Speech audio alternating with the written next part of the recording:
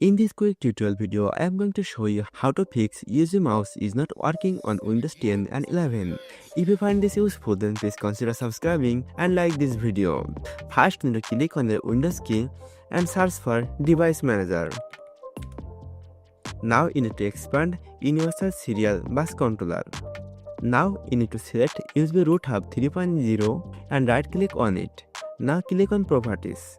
Now Power Management and uncheckmark this and hit OK. And try to check the UC problem is fixed or not.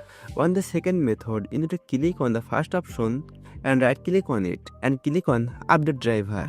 Now choose the first option, search automatically for drivers, and this will automatically install the latest driver for your computer. If still your UC mouse is not working, then you need to right click on it and uninstall the device. Now you need to click on Action and select Scan for hardware changes.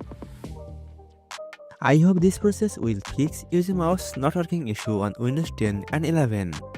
After doing all of this process, you must need to restart your computer.